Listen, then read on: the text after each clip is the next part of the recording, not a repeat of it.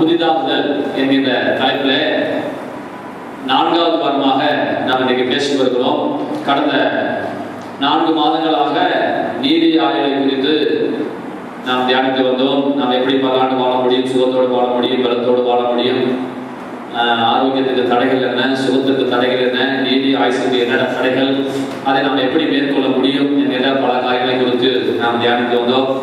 அதை தினந்தோறும் அபியாசப்படுத்துங்கள், அதை தினந்தோறும் அறிக்கை செய்யுங்கள், அதை விட்டுறாதீங்க. டெய்லி காலேஜ் ஜெபிக்கிற நேரத்தை கூட அந்த வார்த்தைகளை சொல்லி நம்ம எப்படி இருப்போம், எப்படிலாம் வாழ போகிறோம் என்கிற வார்த்தைகளை சொல்லணும். என்ன சிறப்பு நம்ம சொல்றீங்களா?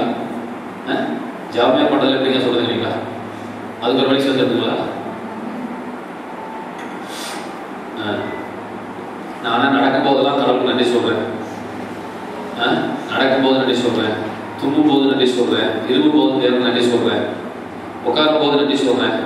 ஏன்னா உட்காரத்துக்கு விலை இருக்குது இல்லையா? நடந்து வைக்கிறதுக்கு போறோம். எத்தனையோ கத்தருக்கு நான் சோதனை சொல்லியிருக்கிறேன், மூச்சு கொள்ளும் போது சோதனை சொல்லியிருக்கிறேன். நடக்க முடியாம ஒரு காலம் வரும்போது அப்ப சோதனை சொல்லக்கூடாது. இப்போ சொன்னீங்கன்னா சாகர வரைக்கும் நடையோட உடையோட கத்தரை வைத்திருப்பார். இப்போ சொல்லணும் ஸ்தோத்திரம், கத்தாவே இந்த நடையை கொடுத்தீங்களாப்பா, இந்த பிறனை கொடுத்தீங்களாப்பா, விசஞ்சி வாயில போட்டு சோத்தை ஊட்டும் போது கத்தாவே ஒரு ஸ்தோத்திரம் சொல்லுங்க. சும்மா கடமைக்கு சோத்துக்கு ஜோம் திங்கிறது இல்லை. ஒவ்வொரு கவலத்துக்கு வாய்க்குள்ள போகும்போது கத்தருக்கு நன்றி சொல்லுங்க. இப்படி ஒரு கிருபியை தந்திருக்கிறீங்க ஆண்டவரே அப்படி சொல்லி கத்தருக்கு நன்றி செலுத்துங்க. நம்ம எப்படி இருக்க போகிறோம் இதெல்லாம் நம்ம சொல்லி பழகணும். போன திருவிழுக்கு முந்தின திருவிழத்தில் நம்ம ஜெபம் பண்ணும் போது காவிரியாத்துல தண்ணி கிடையாது, ஒரு சொட்டு தண்ணி கிடையாது. ஆனால் அந்த திருவிழா தண்ணிக்கு கத்தர் அற்புதங்களை செய்திருக்கிறார். தமிழ்நாட்டில் மழை இல்லை, ஆனால் இப்பவும் சொல்றேன், தமிழ்நாட்டில் நல்ல மழையை கத்தர் வைத்திருக்கிறார். இந்த ஆடி மாசத்துல நல்ல மழையை தேவன் வைத்திருக்கிறார். பருவமழை அற்புதமாக பெய்யும்.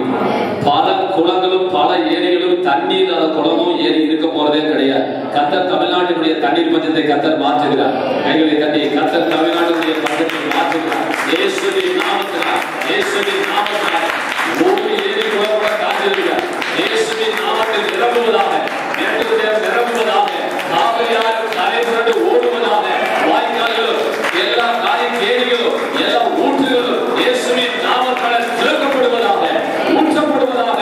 நல்ல மழை பெய்யட்டும். போதும் என்று சொல்லுகிற அளவுக்கு, போதும் என்று சொல்லுகிற அளவுக்கு தமிழ்நாட்டுக்கு மழை பெய்வதாக, தமிழ்நாட்டிலே மழை பெய்வதாக. பஞ்ச பசியெல்லாம் ஓடட்டும், விளைவாசியெல்லாம் இறங்கட்டும் இயேசுவின் நாமத்தினால். கர்த்தர் நிச்சயமாய் நம்முடைய ஜெபங்களுக்கு அவர் பதில் தருவார். நம்முடைய ஜெபங்களுக்கு தேவன் பதில் தந்தபடியா கைகளை தட்டி கர்த்தருக்கு நன்றி செலுத்துங்க. தொடர்ந்து அதே போல உங்க வாழ்க்கையில நீங்கள் விசுவாச வார்த்தைகளை பேசுங்க. நான் நல்லா இருப்பேன் அப்படிங்கிற ஒரு ஆணித்தரமான அந்த இடத்துக்குள்ள நீங்கள் கடந்து வந்து நீங்க சொல்லுங்க. சும்மா கடமைக்கு வந்து இளவு வீட்டுல வந்து உட்கார்ந்துருக்கிறது போல உட்கார்ந்துட்டு இசைக்கப்படாதீங்க. வார்த்தையோடு ஒன்றித்து இசைத்து வாழுங்கள், கர்த்தர் ஆசீர்வதிப்பாரா.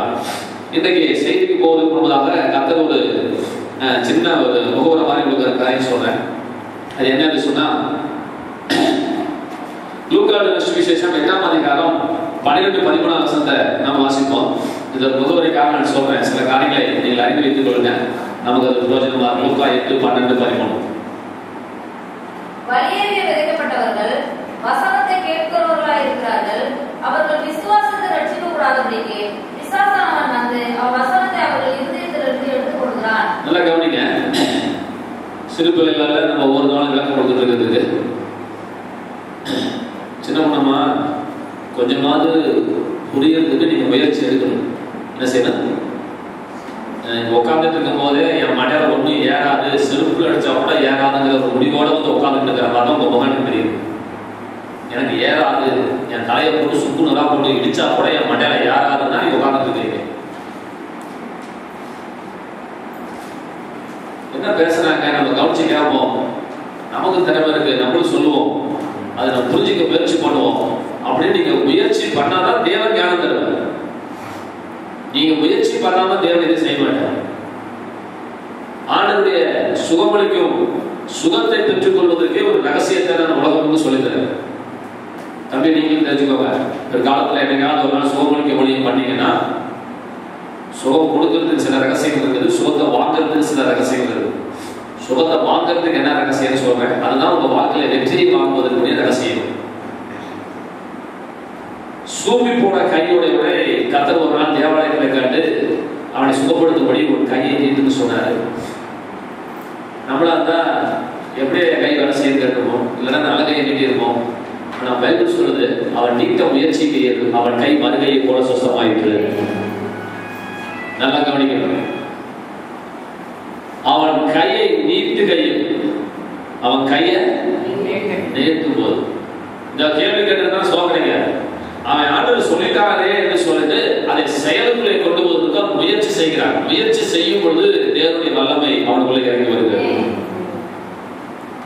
உங்களுக்கு சொல்லுறேன், நாம எப்படி நீங்க செய்யணும்னா, யாராவது நடக்க முடியாத வந்தாங்கன்னா குச்சியை பிடிக்கிட்டு இந்த செவத்துக்கு அந்த செவத்துக்கு 3 தடவை போயிட்டு வாங்க, 3 தடவை போயிட்டு வந்தாலும் சோதணும். நீங்க சொல்லணும் அந்த வார்த்தையை.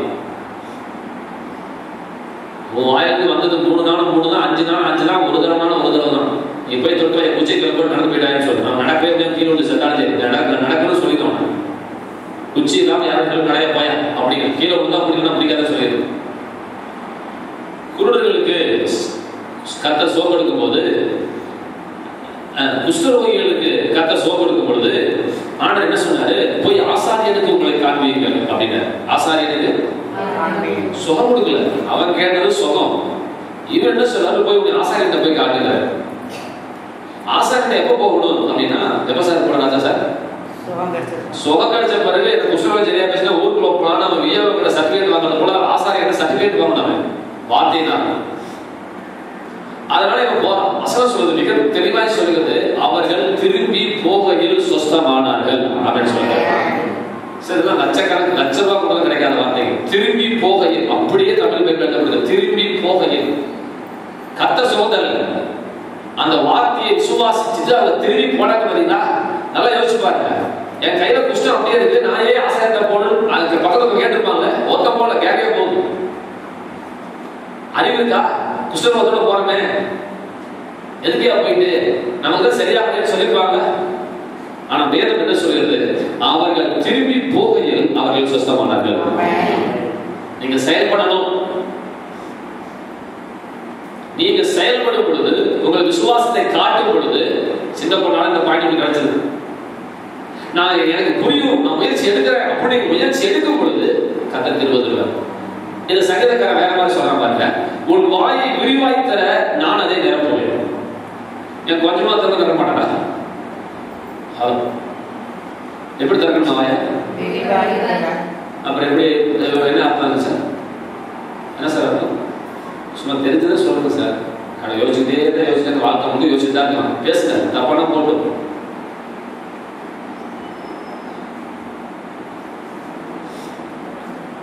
தெரியலன்னு சொல்லுங்க சார். தெரியல சொல்றீங்களா? என்னக்கா உன் வாயை திறக்கிறதுக்கு உன் வாயை விரிவாய் திறந்து என்ன இருக்கும்? வாய் விட்டு சொல்லணும். என்ன காரணம் சொல்லணும்? 100% ஏத்துக்கணும்.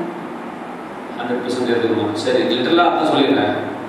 பிரசங்கம் பண்ணாலும் தாமசம் தெரிஞ்சு வச்சுக்கோங்க. உங்களுக்கு பிரசங்கம் நல்லா வரணும்னா, நீங்க நல்லா பிரசங்கம் பண்ணணும்னா, சீட்டு கிடைக்கணும். என்னை கூப்பிடணும்னு சொல்லி ஜெபம் பண்ணீங்களே, இப்போ அந்த ஜெபத்தை இன்னொரு ஜெபத்தை கூப்பிட்டுங்க. 1000 பேர் பிரசங்கம் பண்ணாலும் ஏன் பிரசங்கம் வித்தியாசமா இருக்குன்னு ஆண்டவரே அப்படின்னு அந்த வார்த்தையை கூட போடுங்க. மேடையில் நீங்க 5 நிமிஷம் ஏறினாலும் அந்த 5 நிமிஷம் சிங்கத்தை போல கட்சிக்குது. அப்படி எவனுமே அப்படி மயக்க பிடிச்சி பேசியிருக்கூடாது அந்த இடத்துல. அப்படி ஒரு சாட்சியோட அந்த இடத்துல இறங்கணும். அதை அப்படி ஒரு முடிவு பண்ணுங்க. அந்த வாயை விரிவாய் தர அப்படின்னு என்னதுன்னா, இந்த முழு பிரசங்கம் பண்றதோ முழு பாடுறதோ இருக்கக்கூடாது. நல்லா புரியுதா? நல்ல வாயை விரிவாய் திறந்து நீங்க மனப்பூர்வமா நீங்க விட்டு கொடுக்கும் பொழுது அந்த விட்டு கொடுத்துதான் காட்டணும். புரியுதுங்களா? கர்த்தருடைய நாமத்துக்கு மகிமை உண்டாவதாகன்னு சொல்லி இந்த வாயை அப்படி ஓபன் பண்ணி விடணும். ஃபுல்லா அடிச்சுட்டு ஓபன் பண்ணாதான் கர்த்தருடைய ஆவியை நம்ம ஃப்ளோ பண்ணுவார்.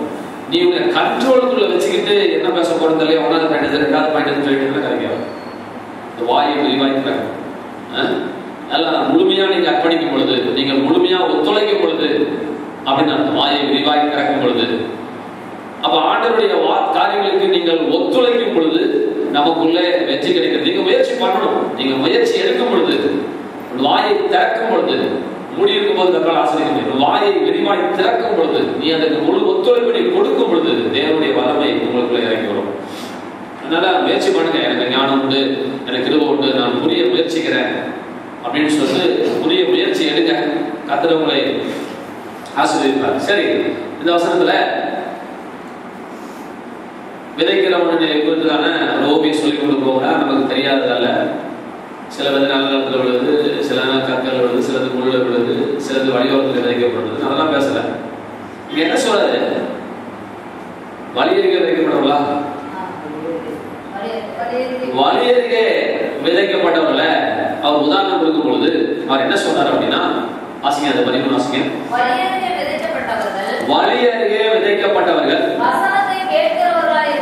நல்ல கவனிங்க, வசனத்தை கேட்கிறவர்களாய் இருக்கிறார்கள். அவர்கள் விசுவாசித்து ரட்சிக்கப்படாதபடிக்கு. இங்க வந்திருக்கிற எல்லாரும் தான் வசனத்தை கேட்கிறோம். சின்ன பொண்ணு தான் கேட்கிற மாதிரி ஆக்டிங் கொண்டு இருக்குது. ஆனா அது 100க்கு 100 கடமைக்கு தான் உட்கார்ந்து. அது சுத்தியில இருந்து மண்டையில வச்சா கூட கத்துக்கிட்ட பாடத்தை வந்து சொல்லுங்க சில பண்ணி சுத்தியில இருந்து மண்டையில குக்கூரா உடைக்கிறேன்னு சொன்னா கூட இது வரைக்கும் கத்தர சுவையில் இருந்திருக்க ஒரு பேனா பேப்பர் கூட தரணும். நீ ஒரு 10 பாயிண்ட் சொல்லிருக்கிய வாழ்க்கையில இது வரைக்கும் சொல்ல முடியுமால? உன் வாழ்க்கையில நீ கத்துனது ஒரு 10 பாயிண்ட் சொல்ல முடியுமால? கத்துக்கிறது ரெண்டத்தோட உட்காந்து அதுக்காக நான் சொல்லுறேன். நான் கடமைக்கு வந்து உட்காந்து கடமைக்கு போயிட்டு இருக்காங்க. அந்த கீர்த்தி விட்டு தான் பொண்ண போகும்.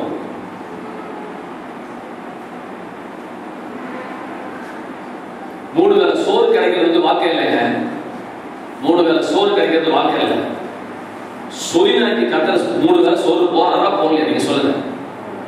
பிச்சைக்காரனுக்கு 3 வேளை சோறு கிடைக்கிறதா கிடைக்கலையா? பன்னிக்கு சோறு கிடைக்கிறதா கிடைக்கலையா? பன்னி குட்டி புத்தி பிள்ளைய பத்து போலையா? பன்னிக்கு மனுஷனுக்கு வித்தியாசம் வேணும். 3 வேளை சோறு கிடைக்கிறது உட்கார்ந்து இருக்காதீங்க. பைத்தியக்காரிக்கு முதற்கொண்டு ஆக சோறு போறாரு. கொசுல இருந்து யானை வரைக்கும் கத்த சோறு போறாரு. சொரினா இருந்து பன்னி வரைக்கும் கத்த சோறு போறாரு. உன்னை கொத்துற பாம்புக்கு கத்த சோறு போறாரு. சோறு திங்கிறதுக்காக வாழாதீங்க. ஆண்டவரை வந்திருக்கிறோம், ஏதாவது ஒன்று தெரிஞ்சுக்கிட்டு போவோம் அப்படிங்கிற எண்ணத்தோட நான் தெரிஞ்சுக்கிறேன் ஆண்டவரே அந்த உணர்வோட உட்காருங்க. மல்லிகா சிஸ்டர் உங்களுக்கு தான் சொல்றேன். சும்மா வந்தவங்க பொண்ணு சேர்த்து வாழாதீங்க சிஸ்டர். இன்னைக்கு சொல்றேன் சிஸ்டர், பெண் பிள்ளை இன்னைக்கு வைக்கல, ஆனா ஆண் பிள்ளையை பெற்றிருக்கிறீங்க. அந்த ஆண் பிள்ளைங்க நல்லா இல்லைன்னா ஏன்னா உங்க கையில 1 கோடி ரூபாய் இருந்தாலும் நீங்க நல்லா சொல்லிக்க முடியாது. தெரியுமா உங்களுக்கு? உங்க வயிற்றுல பிறந்துட்டாங்க சிஸ்டர். இறைவன் நல்லா கட்டியா முடிங்க. நீங்க தெரிஞ்சுக்கோங்க. நீங்க வெற்றியுள்ள வாழ்க்கை வாழ்றது தான் நாங்க பேசிட்டு இருக்கோம். இதை வந்தவங்க உட்காந்தோம் என்னை உங்களை நான் கேள்வி கேட்டது உங்களுக்கு கேட்கணும். நீங்க வந்து ஃபெயில் மார்க்ல உட்காந்துட்டு இருக்கிறீங்கன்னு அர்த்தம். சின்ன பொண்ணையாவது நான் கேட்கறேன். உங்க பேர் நான் வாயில சொல்றதில்லை, ஏன்னா நீங்க கீழே உட்காந்துட்டு இருக்கிறீங்கன்னு அர்த்தம். எந்த கேள்வி கேட்டாலும் நீங்க சொல்ல மாட்டீங்கன்னு தெரிஞ்சதுனால இப்ப அன்பு சொல்லி லிஸ்ட் விட்டு ஓரம் வச்சிருக்கணும். அதே போல உங்க லிஸ்ட்லயும் உங்க பேரும் கீழே வச்சுக்கிற அர்த்தம் இருக்கு. எனக்கு அம்மா கேள்வி கேட்டதுக்கு சொன்னதில்லை, நான் சொல்லுவேனா அப்படின்னு அடம்பிடிச்சிட்டு இருக்குது இந்த அம்மா. ஆனா இந்த அம்மாவுக்கு நமக்கு ஏன் சண்டை? என்னமோ எல்லாம் தராது மாதிரி இந்த அம்மா பார்த்துட்டு இருக்குது.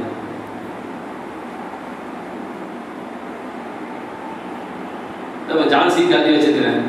இவங்க பேரெல்லாம் கேட்கக்கூடாது, என் வாயில உச்சரிக்கூடாது, நான் முடிவு பண்ணி வச்சிருக்கிறேன். உங்க பேரை தள்ளி வைக்கல, இன்னும் உங்க பேரை சேர்க்கல. கேட்டா கோச்சிக்க மாட்டாங்கிறவங்க நான் கேட்டுட்டு இருக்கிறேன். இந்த கேட்டா புஷ்குன்னு முகாயத்துக்கு வச்சுட்டு இருக்கிறேன்னா நான் எதுக்கு நான் கேள்வி எனக்கு உரிமை கொடுத்தா நான் எடுக்கிறேன். இல்ல ஏன் எனக்கு என்ன?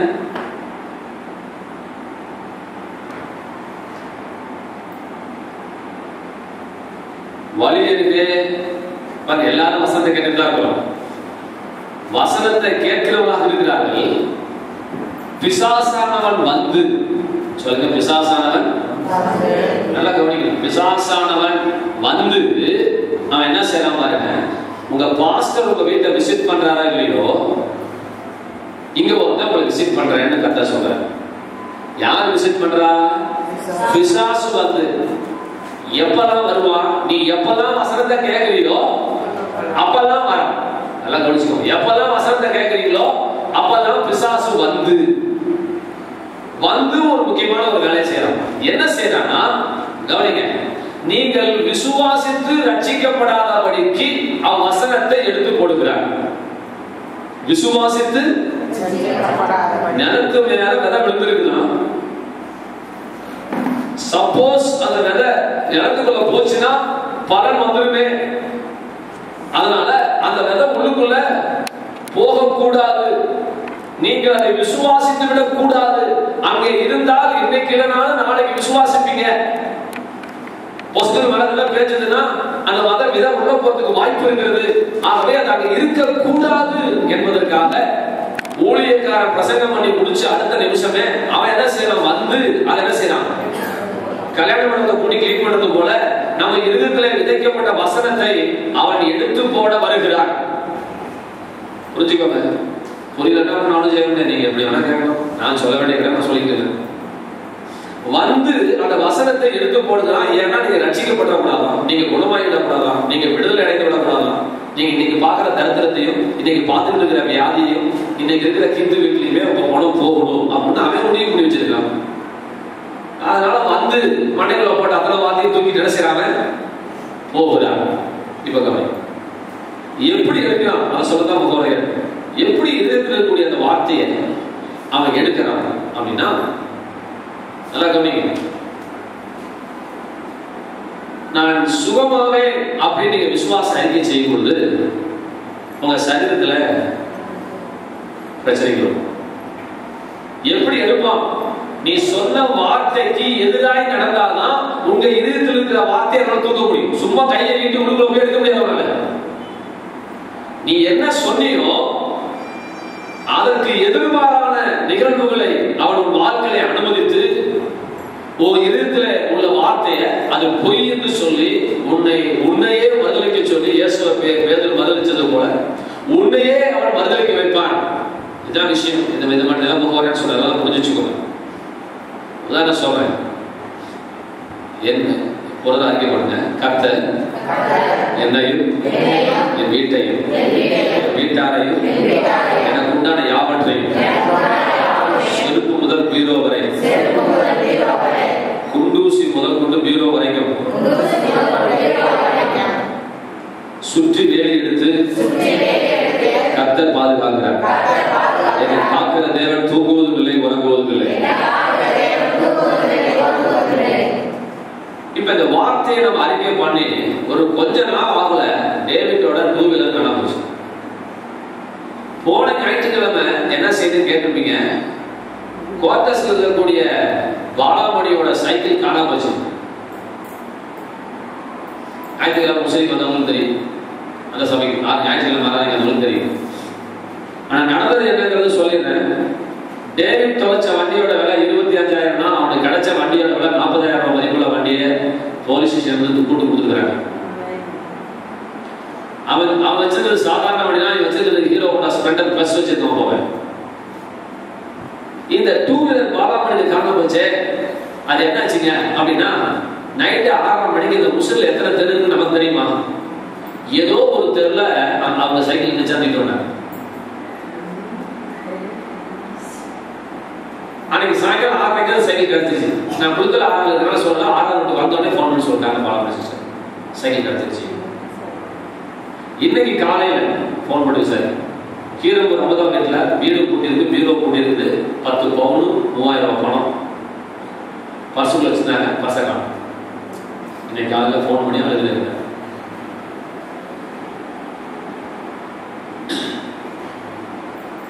சுசிலா வீட்டுக்காரி இவ்வளவு நல்லா இருந்தாரு. இந்த செய்தியை கேட்ட கொஞ்ச நாளுக்குள்ள என்ன ஆயிடுச்சு அப்படின்னா எங்க இருக்காருன்னா அவர் சேலத்து ஹாஸ்பிட்டல் அட்மிட் பண்ணப்பட்டிருக்காரு. நான் என்ன சொல்ல வரேன் கேளுங்க. நான் என்ன சொல்ல வரேங்க தான் முக்கியம். அப்படியே தினத்தனி பேப்பர் வாசிக்கிற மாதிரி குளிச்சுட்டு உட்காந்து கேட்கக்கூடாது. நம்ம ஜபம் பண்ணதுக்கு நம்ம பண்ணின விசுவாச அறிக்கைக்கு என்ன நடக்குதாங்க? நடக்குது. ஒரு காரியத்தை உங்களோட சொல்றேன். ஒரு வருஷம் ஒரு 6 மாசம் காலேஜ்ல ஒரு செமஸ்டருக்கு படிக்கிறோம். அந்த 6 மாசம் நீ படிச்சத ஒரு ரகசியம் சொல்லுறேன். 3 மணி நேரத்துல டெஸ்ட் பண்ணிடுறாங்க. ஓகே, பாஸ் பண்ண பிறகு அடுத்த பரீட்சை அதே பேப்பர்ல எப்ப நடக்கும்? நல்லா கேள்விக்கு பதில் சொல்லு. நீ பாஸ் பண்ண பேப்பருக்கு அடுத்த எக்ஸாம் எப்ப நடக்கும்? நடக்காது. என்ன புரியல? நடக்காது. நீ 2ஆம் கிளாஸ் பாஸ் பண்ணிட்ட. ஓகே, இப்ப மறுபடியும் உங்களுக்கு 2ஆம் கிளாஸ் பாஸ் நடக்குதா? எனக்கு அதை சொல்லுங்களா? அதெல்லாம் கிடையாது. சிலபஸ் மாத்தியாச்சு, இன்னொரு எழுதுங்க. சொல்றாங்களா? கிடையாது. நல்ல மனசுல வச்சுக்கோங்க. மனிதனை ஒன்ஸ் நீ பாஸ் பண்ணா அதை பாஸ்ன்னு இந்த உலக அரசாங்கம் எப்படி அதை ஏத்துக்குதோ அதே போல பரலோக அரசாங்கமும் நீ பாஸ்னா பாஸ்ன்னு சொல்லி டெக்ளேர் பண்ணி கர்த்தர் சர்டிஃபிகேட் தராரு. தொடர்ந்து சாகர வரைக்கும் தேய்ச்சி பார்க்கிற கர்த்தர் அவர் அல்ல. முதலமைச்சரோட பையனா இருந்தாலும் அவன் ஸ்டேட் ஃபர்ஸ்ட் எடுக்கிற பையனா இருந்தாலும் அவருடைய தரம் அந்த ஸ்கூல் ஆசிரியருக்கு தெரியும், உலகத்துக்கு தெரியுமா? அப்ப உலகத்துக்கு நிரூபிக்க ஒரு பரீட்சைங்கிற ஒரு காட்டத்தை வச்சு ஒரு காரியத்தை வச்சு அதை அவனை எழுத வச்சு முன்னப்பட தெரியாத ஆசிரியர்களாக திருத்த வச்சு இவருடைய தரத்தை ஊருக்கு நிரூபித்து இவன் ஸ்டேட் ஃபர்ஸ்ட் சொல்லிட்டு அவனுக்கு பேர் வாங்கி தருது. அவ யாரா இருந்தாலும் நமக்கு ஒரு பரீட்சை நமக்கு தேவையா இருக்கிறது. அப்ப நீங்க எதை வாயை திறந்து நீங்க சொல்றீங்களோ, கர்த்தாவே நான் நல்லா இருப்பேன், கர்த்தாவே நான் வாழா இருக்க மாட்டேன், தலையா இருப்பேன், எனக்கு வியாதி வராது, என் பொருள் தொலையாது அப்படின்னு சொல்லும் பொழுது என்ன நடக்குது? வாழ்க்கையில எதிர்மறையான காரியங்கள் சம்பவிக்கும் பொழுது இப்ப வாயை மூடிட்டு கம்முன்னு இருக்கிறியா? மறுபடியும் சௌத்ராட்ச பங்கு போல இப்பவும் சொல்றேன், என் செருப்பு கூட காணா போகாது, என் குண்டூசி கூட காணா போகாது, என் பேனா முள்ளு கூட காணா போகுது, நான் சேலையில கொடுத்த சேஃப்டி புட்டு கூட காணா போகாது. ஏனென்றால் கர்த்தர் என்னையும் என் வீட்டையும் என் வீட்டாரையும் எனக்கு உண்டான எல்லாவற்றையும் சுற்றி அவர் வேலை எடுத்து அவர் பாதுகாக்கிறார். என்னை காக்கிற தேவன் தூங்குவதில்லை, உறங்குவதில்லை என்று நாம் மறுபடியும் சொல்லுகிறோமா? முக்கியம். அதான் பிரசங்கியார் சொல்லியிருக்காரு, காற்றை கவனிக்கிற விதைக்க மாட்டான், மேகங்களை நோக்குகிறவன். ரெண்டு ஒரே அர்த்தம் தான். இந்த வசனம் லூக்கா 8:13 பிரசங்கி 11:4 ஒன்றுக்கு ஒன்று தொடர்புடைய வசனங்கள். சூழ்நிலைகள் எதிர்வாரா வரட்டும், வரும் வரட்டும். ஆனால் நம்முடைய விசுவாசத்துல நாம் உறுதியாக இருக்கும் பட்சத்துல தொடர்ந்து நமக்கு பரீட்சைகள் வரப்போவது கிடையாது, நம்ம தோற்க போவது கிடையாது. ஒரு தடவை கட்டத்தை தேய்ச்சி பார்க்கலாம். தேய்ச்சி பார்த்துட்டு 22 கேரக்டர் இருக்குது, 85 பாயிண்ட் மச்சம் இருக்குது அப்படின்னா நீ வசனத்தை படிக்க வைப்போம் இல்லையா? அப்ப நம்ம சொல்றதை கேட்க மாட்டேன். வசனத்தை நான் சொல்லிட்டேன், பசங்க 11 நாள் சொல்லிட்டேன்.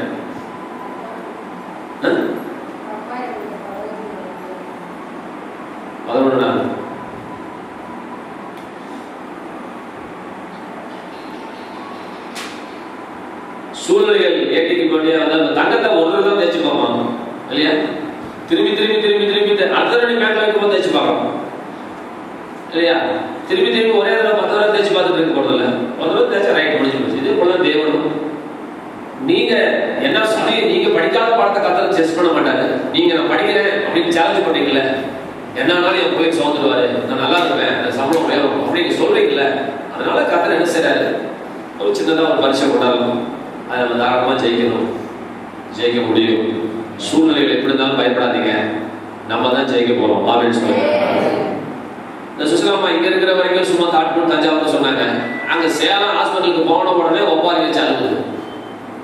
அது நான் 5 பேருக்கு சொன்னேன், அந்த அம்மா நாகராஜா வாழக்கூடாது, அந்த அம்மா நாகராஜா வாழக்கூடாது கூடாது. அது உங்களுக்கு தெரியாது. ஒரு பெரிய சுகமொழிக்கும் வரபற்ற ஒரு மனுஷன், பேரு மறந்துட்டேன், கென்னத்து ஹேகின் கூட இருக்குன்னு நினைக்கிறேன். அவர் பேர் கூட்டம் போட்டு சுகம் நடக்கல. இப்ப என்ன செய்யுதுன்னு கேட்டான். ஒரு அற்புதம் கூட நடக்கலையா? நைட்டு 10 மணிக்கு கூட்டம் சொல்லி கேட்கறாரு, நைட் ஜாம் மட்டும் கேட்கறாரு, ஸ்லீப்பிங் டோஸ் வாங்கி போட்டு தூங்கு, நாளைக்கு மீட்டிங் போகும்போது நீ தூங்கினா, நீ முடிச்சுக்கிட்டு இருந்தா நாளைக்கு அற்புதம் நடக்காதுன்னா நீங்க நம்மளால நான் படிச்சேன். அந்த அம்மாட்ட ஃபோன் பண்ணி சொல்லு, தூக்க மாத்திரையை போட்டு இந்த அம்மாவை தூங்கி கத்திரிக்கலாம் படுக்க சொல்லு, 4 போர்வை போத்துருக்கு, அவன் முடிச்சு நாங்கள் நடக்கும். இந்த அம்மா அழுதுச்சுன்னா அவர் அங்கேயே பெட்டில் படுக்க சொல்லிவிடு. என்னோட நினைச்சிட்டு இருக்கிறாங்க அழுதா பாசத்தை வெளிப்படுத்துறேன். வசனத்தை கீழே போட்டேன். இன்னைக்கு நம்ம பிரசங்கம் பண்ணிட்டு இருக்கிற வசனமே அதுதான். உலகத்துக்கு ஒத்து சிந்தியாதே, டாக்டர் சொல்றத சிந்தியாதே, உலகத்துக்கு ஒத்து நீ வேஷம் போடாதே, கர்த்தருடைய வசனத்துக்கு ஒத்து நீ ஓடிவா. அப்பதான் மனம் புதுசாகும். உன் மனசை பழசாக வச்சிட்டு இருக்கிற, உன் மனசை புதுசா பார்த்து உன் மனம் புதிதாக்குறதுனாலே மறுரூபமாகுங்க. அவர் நல்லா தூங்கிட்டு அடுத்த நாள் போனார். ஏன் தூக்க சொன்னாரு? நீ முடிச்சுக்கிட்டு இருந்தா நீ கவலைப்பட்டு இருக்கிற, நீ முடிச்சிட்டு இருந்தா கவலைப்படுற, நடக்கலையே நடக்கலையே நடக்கலையே, இன்னைக்கு நடக்குமா நடக்காதா பாத்தியா? இப்ப அவர் சொன்னாரு, இதெல்லாம் ஒண்ணுமே இருக்காது, நீ கூட்டத்துக்கு நேரடியா ஃப்ரெஷ்ஷா போகலாம், ஒண்ணுமே யோசிக்காதா, நீ ஒண்ணுமே யோசிக்காதா. நான் உங்களுக்கு சொல்றேன், உங்க சூழ்நிலை ரொம்ப மோசமா இருக்கும் போது டிவி போட்டு பார்த்தாங்க, அட்லீஸ்ட் உங்களால விசுவாசிக்க முடியல, பயப்படாம இருக்கு. விசுவாசிக்க முடியல, ஒன்னு தூங்குற டிவி பாரு, ஒன்னு தூங்கு அல்லது டிவி பாரு. நான் சொல்கிறேன், பயப்படாதீங்க. வசனம் என்ன சொல்லுது? ஆண்டவர் என்ன பேசுறாரு? என்ன சொன்னார்னா, ஆத்மாவை பத்தி பேசுறோம், எண்ணத்தை பத்தி பேசிக் கொண்டிருக்கிறோம். ஆபிரகாம் ரோமர் 4 அந்த வசனத்தை வாசிக்க போறான். ரோமர் 4 அடுத்த பக்கம் புரட்டி, அவன் தன் தன் சரீரம் செத்து போனதையும் சாராளுடைய கர்ப்பம் செத்து போனது. 2வது வசனம் கேள்வி 2ஆமா மேல இருந்து வாசி. அதான் வசந்தா சொல்றேன், முடிச்சுட்டு இருக்கிற உன் கடவுள் இடத்துல வாசி. ஆசிரியர் நம்பர் சொல்லு. வாசி. அவன் விசுவாசத்திலே பலவீனமா இருக்கவில்லை. அவன் ஏறக்குறைய 100 வயதுள்ளவனாக இருக்கும்போது, நல்லா கவனிக்கணும், தன் சரீரம் செத்து போனதையும் சாராளுடைய கர்ப்பம் செத்து போனதையும் கவனிக்க. இது வரைக்கும் முக்கியம் இல்லை, இப்ப சொல்ல போறது முக்கியம். தன் சரீரம் செத்து போனதையும் தன் சாராளுடைய கர்ப்பம் செத்து போனதையும் சொல்ல, எல்லாம் சொல்லுங்க, என்னாது இருந்தான் சொல்லுங்க, என்னாது இருந்தான், நினையாமல் இருந்தான், நினைக்காமல் இருந்தான், யோசிக்காமல் இருந்தான், சிந்திக்காமல் இருந்தான். வெற்றிக்கு ரகசியம், நீ எதை என்றியோ 2வது, நீ என்ன கூடாதது என்னாதே. ரோமர் 6 சொல்லும்போது வாசிக்க வேணும். இதே இவருதான் பேசுவார். இங்க என்னாதுன்னு சொன்னாரா? ரோமர் 6 எண்ணிக்கொள்ளுங்கள் அப்படிங்கிற, என்ன இந்த கவுண்டிங் இல்ல, நினைச்சுப்பார் அப்படிங்கிற. இங்க நினைக்கிறார். அப்ப நம்மளை நினைக்க வேண்டாம். எதை நினைக்க கூடாது? எதிர்மறையான சூழ்நிலைகளை நீங்கள் நினைக்க. நம்ம தான் பிரசங்கம் பண்ணிட்டு இருக்கிறோம், ஜீவ ஆவியானவர் எனக்குள்ளே வாசமா இருக்கிறார், சாவுக்கு ஏதுவான என் சரீரத்தை கர்த்தர் உயிர்ப்பிப்பார், உயிரற்ற 3 நாள் சரீரமாகிய இயேசுவுடைய பிணத்தை பிதாவானவர் 3வது 4வது நாளிலே அவர் எழுப்பினது போல சாவாக இருக்கிற என் சரீரத்திலேயும் அவர் எழுப்புவதற்கு வல்லவராக இருக்கிறார். ஏனென்றால் அதே ஆவியானவர் எனக்குள்ளே தங்கி இருக்கிறார். அவர் எனக்குள்ளே ஜீவனை தருவார். ஜீவன் அதிலிருந்து புறப்பட்டு போகிறது. அது புறப்பட்டு போகும் இடம் எங்கும் யாவும் ஆரோக்கியப்பட்டு பிழைக்கும் என்று சொல்லப்பட்டிருக்கிறது. எனக்குள்ளே ஜீவ ஆவியானவர் இருக்கிறார். அவர் ஜீவனதியாக இருக்கிறார். அவரின் சரீரத்தில் உச்சத்தில் இருந்து உள்ளங்காலே பாயினார். அது பாய்கிற எல்லா இடங்களிலும் எல்லா அவயங்களும் ஆரோக்கியப்பட்டு பிழைக்கும். இத பேசணும், ஓடு ஒப்பாடி இருக்கிறது. என்ன பாருங்க, இன்னைக்கு டிஸ்சார்ஜ் சொன்னாங்க, இன்னைக்கு நம்ம திங்கக்கிழமை டிஸ்சார்ஜ், திங்கக்கிழமை தான் தெரியுங்கிறாங்க. இன்னும் புதன்கிழமை வர முடியாது. ஏன் வர முடியாது? அந்த அம்மாவுக்கு இருக்கிற வரைக்கும் டிஸ்சார்ஜ் ஆக முடியாது. ஏன்? இந்த அம்மா ரொம்ப புதுசுல தாங்கிட்டு இருக்கிறத போல நினைச்சுக்கிட்டு இந்த அம்மா ஒரே கவலை, சோறு திங்கிறதுல ஒண்ணும் இல்ல, எப்ப பார்த்தாலும் அழுவாச்சு. இங்க இருக்கிற வரைக்கும் நம்ம கத்தருக்கு சோத்திரம், கத்தர் செய்வாரு, டாட்டா போட்டாங்க. அங்க சோதனை வரும்போது எக்ஸாம் நாள் என்ன படிச்சது? வீட்டுல படிச்சோமா? உங்களுக்கு எக்ஸாம் நடந்துட்டு இருக்குது, எக்ஸாம் நாள் என்ன படிச்சு சொன்னேன்? ஹலோ, இங்க ஒப்பிக்கிறேன், மணிவன் கேக்குறேன், எந்த கேள்வி கொஸ்டின் பேப்பர் கொடுத்தப்பறம் டுக்கு டுக்கு என்ன அர்த்தம்? கொஸ்டின் பேப்பர் கையில கொடுத்தாங்க, அது ஒப்பாரி வருது. நமக்கு எந்த கொஸ்டின் பேப்பர் வந்தாலும் நம்ம தோக்கக்கூடாது. ஆமென் சொல்லுங்க சார். நடு தெருவுக்கு வந்தா கூட பயப்படக்கூடாது சார். ஆமென் சொல்லுங்க. வெள்ளி கதவு மூடுச்சுன்னா தங்க கதவு எங்க திறந்துன்னு கேளுங்க. ஆமென் சொல்லுங்க. விபச்சார ஸ்திரியை கையங்களமா பிடிக்கிறதுக்காக பிடிச்சி அவளை எட்டி உதச்சு கூட்டிட்டு வராங்க. கடைசியா கொண்டு வர எங்க கொண்டு வராங்க தெரியுமா? கடைசியில ஆண்டவரிடத்துல கொண்டு வராங்க. இவங்க உதைக்க ஊரை விட்டு தவறான்னு நினைச்சிட்டே இருந்தாங்க. ஆனா கர்த்தர் ஊருக்கு வெளியே கர்த்தர் ரெடியா காத்துட்டு இருக்கிறாரு. இவன் தள்ளி முடிச்ச இடம் எங்கன்னா இயேசுடைய பாதத்தட்டைக்கு. இவங்களை யாரெல்லாம் இந்த உலகம் எவ்வளவு தள்ளுதோ அவ்வளவு இயேசுவின் பக்கமா அவங்க வருகிறார். ஒன்னும் பயப்படாதீங்க. இந்த சூழ்நிலை எவ்வளவு நம்ம தள்ளட்டும், ஆனா நம்ம ஆண்டவர் பக்கம் போயிட்டு இருக்கிறோங்கிறத நீங்க மறந்துடாதீங்க. நம்ம ஆண்டவர்கிட்ட போயிட்டே இருக்கிறோம். சூழ்நிலை நம்மளை தள்ள நம்ம கீழே போக நம்ம கதட்ட போயிட்டே இருக்கிறோம். தைரியமா இருக்க. சூழ்நிலை அப்படிதான் இருக்கும். நம்ம ஜெயம் எடுப்போம். ஜெயம் கொடுக்கிற கர்த்தர் நம்மோட கூட இருக்கிறார். சரி, நம்ம செய்தி கடந்து போவோம். ஆத்மாவை குறித்து மனம் புதிதாகுதல் என்கிற தலைப்பில் இருந்து நான் பேசி வருகிறேன். சின்ன பொண்ணமா கேட்டா தெரியலன்னு சொல்லக்கூடாது. என்ன தலைப்புல பேசிட்டு இருக்கோம் சொல்லுங்க, சும்மா சொல்லுங்க, பேசுங்க. வாத்தியார் பேசுற மாதிரி பேசாம நம்ம லாங்குவேஜ்ல பேசுவோம். இந்த மலையாளத்தில் தெரியுமா நம்ம எந்த தமிழ்ல பேசிட்டு இருக்கோம்னு? மனம் புதிதாகுதல்னா மனசு புதுசாகணும். அப்படின்னா எண்ணம் புதிதாகணும். நம்முடைய எண்ணங்கள் புதிதாக வேண்டும். என்ன செய்யுங்க?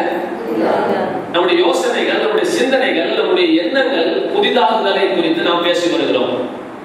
ஆதார வசனமாக 3 யோவான் 2, ரோமர் 12:2 நம்ம எடுத்து வச்சு பேசிட்டு இருக்கிறோம். ரோமர் 12:2 நமக்கு மூல வசனம். நான் வச்சுக்கோங்க. இப்படி இருக்க நாம் இந்த உலகத்தின் இந்த பிரபஞ்சத்துக்கு ஒத்த வேஷம் தெரியாமல் தேவனுடைய நன்மையும் பிரியமும் பரிபூர்ண சித்தமும் இன்னதென்று பகுத்தறியத்தக்கதாக உங்கள் மனம் புதிதாகுவதனாலே நீங்கள் மறுரூபம் ஆகுங்கள். மனப்பாடம் பண்ணணும், மனப்பாடம் பண்ணிக்கோங்க. மனம் புதிதாகுவதனாலே நீங்கள் மறுரூபம் ஆகுங்கள். இப்ப நீங்கள் மறுரூபம் ஆகுவேன் என்று சொல்லாம, ஆகுவாய் என்று சொல்லாம, ஆகுங்கள் என்று கர்த்தர் சொல்றார். வித்தியாசம் புரிஞ்சுக்கோங்க. ரைட்டுங்களா? ஆகுவேன்னா அது அவர் பொறுப்பு. ஆகுவாய்னா அது ஆட்டோமேட்டிக்கா நடக்குது அர்த்தம். ஆகுங்கள் என்று கர்த்தர் சொன்னார்னா நம்ம மறுரூபப்பட வேண்டும்.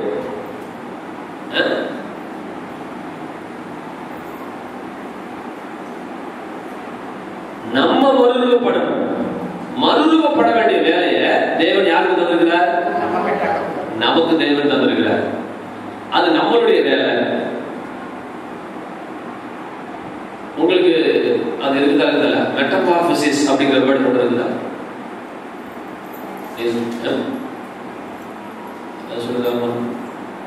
பிசிக்ஸ்ல வருதா, கெமிஸ்ட்ரியில வருதா, பயாலஜில வருதா, பயாலஜில வருதா? கெமிஸ்ட்ரியில வந்து வார்த்தை வாய்ப்பு வருதா? உயிரியல் தான் அந்த வார்த்தை வரும். மெட்டமார்பசிஸ் அப்படின்னு சொன்னா அந்த ஒரு முட்டையிலிருந்து ஒரு வண்ணத்து பூச்சி உருவாகுது பாத்தீங்களா? அது என்னவா சொல்லு?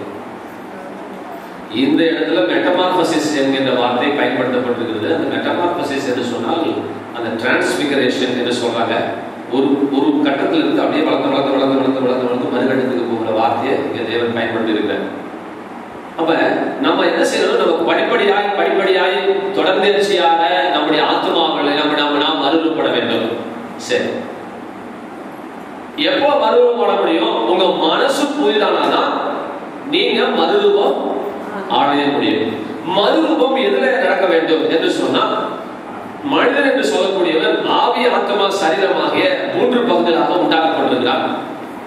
நம்ம யாரு என்று சொன்னால், நான் ஒரு ஆவி மனிதன், நான் இந்த சரீரத்தில் குடியிருக்கிறேன், எனக்கு ஒரு சிந்தை கொடுக்கப்பட்டிருக்கிறது. அப்ப உள்ள இருக்கிற அந்த ஆவிதான் உண்மையான நீங்களும் நானுமாக இருக்கிறோம். அப்ப ஆவியில எப்ப அந்த ஆவியில ஜீவன் வந்துச்சு அப்படின்னா, இயேசு கிறிஸ்துவை இருதயத்திலே தெய்வமாக விசுவாசித்து வாயினால் அறிக்கை செய்யும் பொழுது நீ ரட்சிக்கப்பட்டாய்.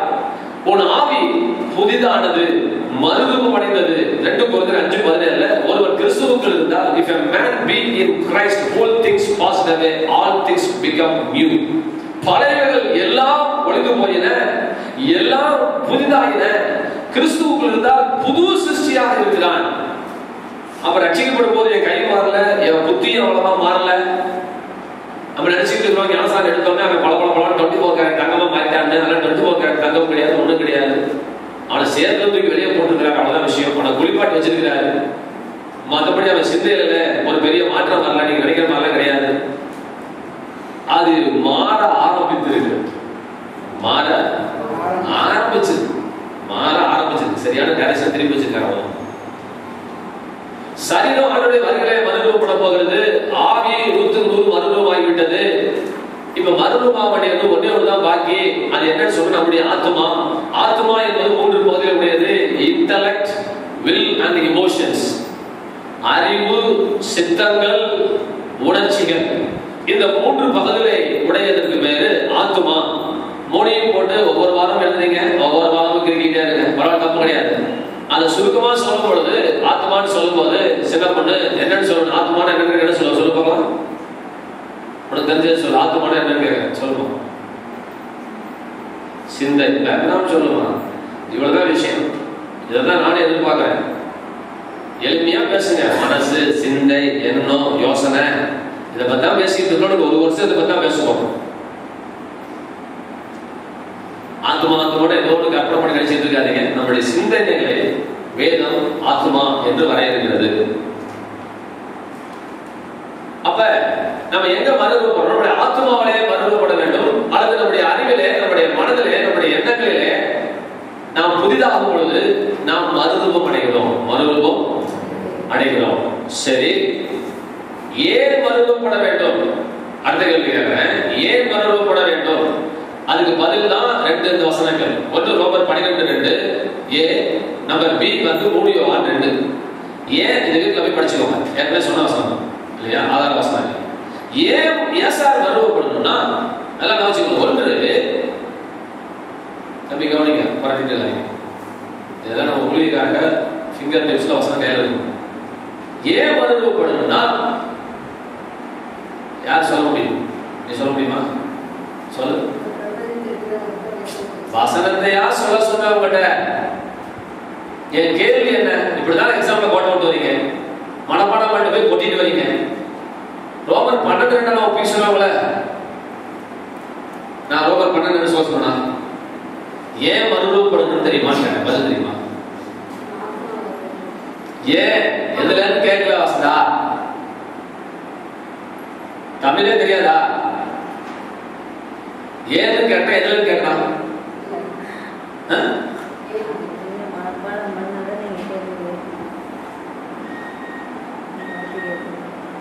ஏன் மறுரூபம் பண்ணணுமா?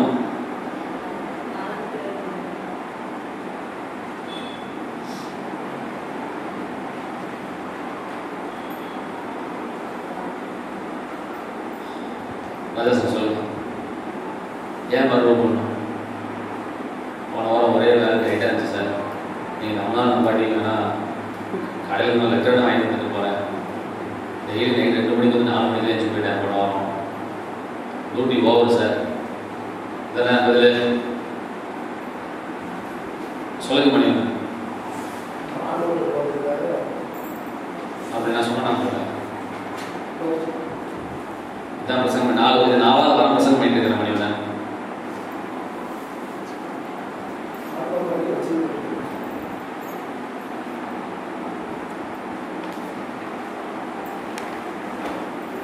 சொல்லுங்க. எண்ணம் சிந்தனை என்ன புதிதாக இருந்தது.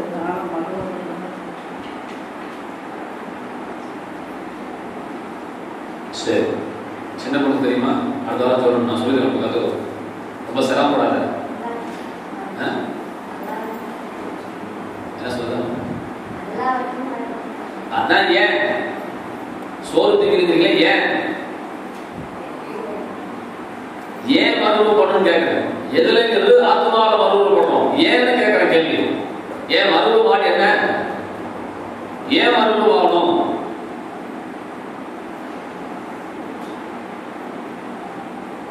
ராஜா சார், நீங்க படிக்க இல்லையா? பாடத்தை படிக்க முடியாது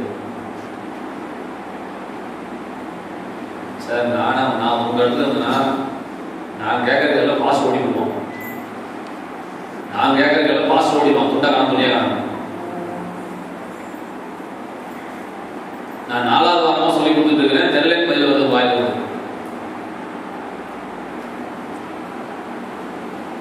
ரெண்டு வசனமே பதில் கொடுத்துருக்கிறேன். 2 வசனத்தையும் பதில் கொடுத்துருக்கிறேன்.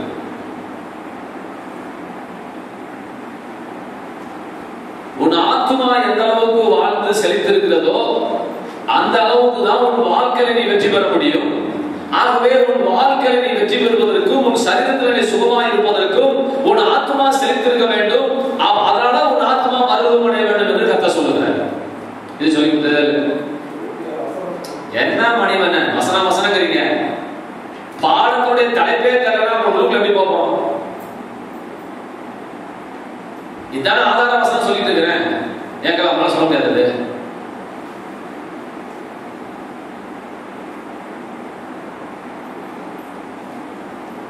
கடந்த வாரத்தில் நான் சொன்னேன், கிறிஸ்தவர்கள் ஏன் கஷ்டப்படுறாங்க? கிறிஸ்தவர்கள் ஏன் பாவம் செய்யறாங்க? கிறிஸ்தவன் ஏன் வியாதியில் இருக்கிறான்? கிறிஸ்தவன் ஏன் வறுமையில் இருக்கிறான்? நான் சொன்னா இல்லையம்மா, அந்தியாவில் இல்லையம்மா? சரி, ஏன் கஷ்டப்படுறாங்க? என்ன காரணம் சொன்னேன்? ராஜா சார் சொல்லுங்க. தெரியாத சொல்லுங்க. முடிச்சீங்க. மணிவண்ணன் கரெக்டா சொல்லணும். மணிவண்ணன் நான் எதிர்பார்க்கிற பதில் ஒத்த காலம் வரலாம். அந்த விஷயத்துல அவங்க மனம் புதிதாகாததுனாலதான் கஷ்டப்படுறாங்கன்னு சொன்னேன்.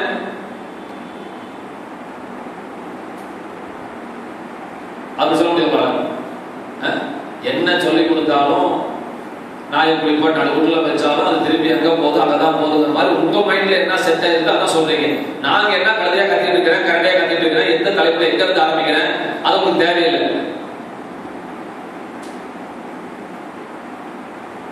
அந்த விஷயத்துல ஒருவனுக்கு மனம் புதிதாக இருக்கிறபடியா அவன் கஷ்டப்பட்டு இருக்கிறான்.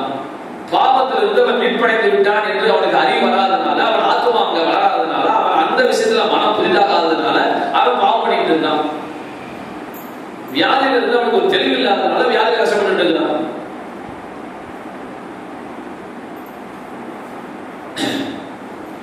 அப்ப ஏன் நம்ம மறுபடிப்பட வேண்டும் என்று கதை சொன்னா சொன்ன நல்லா தெரிஞ்சுக்கோ. நம்ம நல்லா இருக்கிறதுக்காக கதை சொல்றான்னு சொல்ல போதும். நம்ம மனசு நல்லா இருந்தாதான் நம்ம எல்லாவற்றையும் என்ன செய்ய முடியும், நல்லா இருக்க முடியும். அதனால உங்க மனசு நல்லா வச்சுக்கணும். அதான் மனசை பத்தி பேசிட்டு இருக்கிறோம், எண்ணத்தை பத்தி பேசிட்டு இருக்கோம். ரெண்டாவது ஏன் மறுபடியும்னா ரோமர் 12 ஒரு காரணம் சொல்றாரு. நன்மையும் பிரியமும் பரிபூர்ண சித்தமும் இன்னது என்று பகுத்தறியத்தக்கதாக அல்லது நிரூபிக்கத்தக்கதாக அல்லது உலகத்துக்கு எடுத்து காட்டத்தக்கதாக நீ புரிந்து கொள்ளத்தக்கதாக உன் மனம் புதிதாகிறதுனாலே நீங்கள் மறுரூபமாகுங்கள். இப்ப ஏன் நம்ம மனம் மாறணும், மனம் புதிதாகணும்னு சொன்னா அப்பதான் தேவனுடைய நன்மை எது, பிரியம் எது, பரிபூர்ண சித்தம் எது என்று நாம் அறிந்து கொள்ள வேண்டும். இதுல ஒரு முக்கியமான ஒரு விஷயத்தை சொல்றேன். இந்த இடத்துல ஞாபகப்படுத்த செய்து நன்மை பிரியம் ஞாபகம். நான் இன்னொரு பாயிண்ட் போயிட்டு வந்தேன்.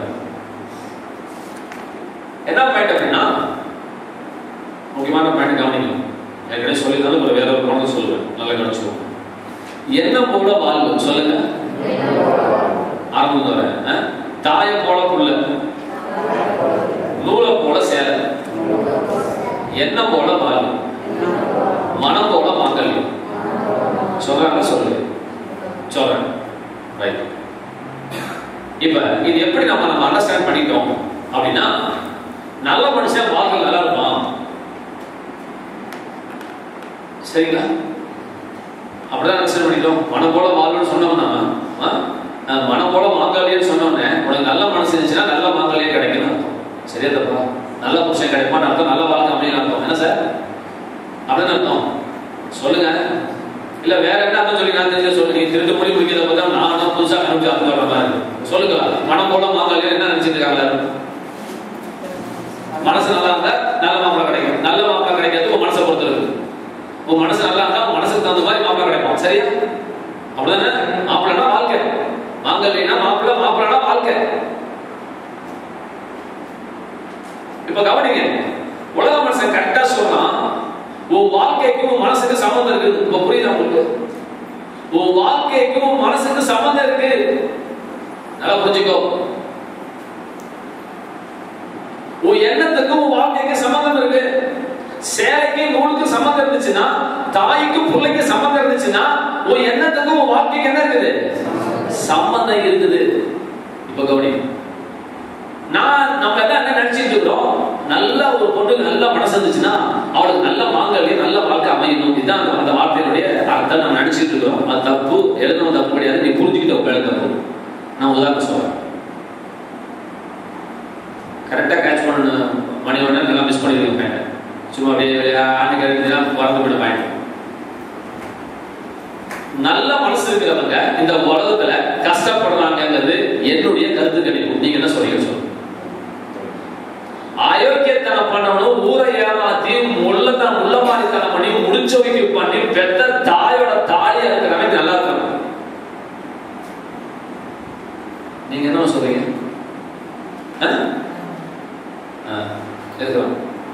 இப்ப என்ன சொல்ல போறீங்க? இப்ப மனம் போல மாங்கல்யம்னு சொல்றீங்களே, அந்த அயோக்கிய நல்லா இருக்கா, நல்லா கஷ்டப்பட்டு தானே, கிளி மாதிரி இருக்கிறா, குணமாவும் இருக்கிறா, ஆனா புருஷனை தூக்கி ஒரு குரல் கட்டை கொடுத்துருக்கலாம். வாழ்க்கை போச்சு. கேட்டா நல்லவங்கிறீங்க. ஏன் நல்லவராகிய உனக்கு ஏன் உன் மனம் போல ஏன் மக்கள் எவ்வளவு அமையல?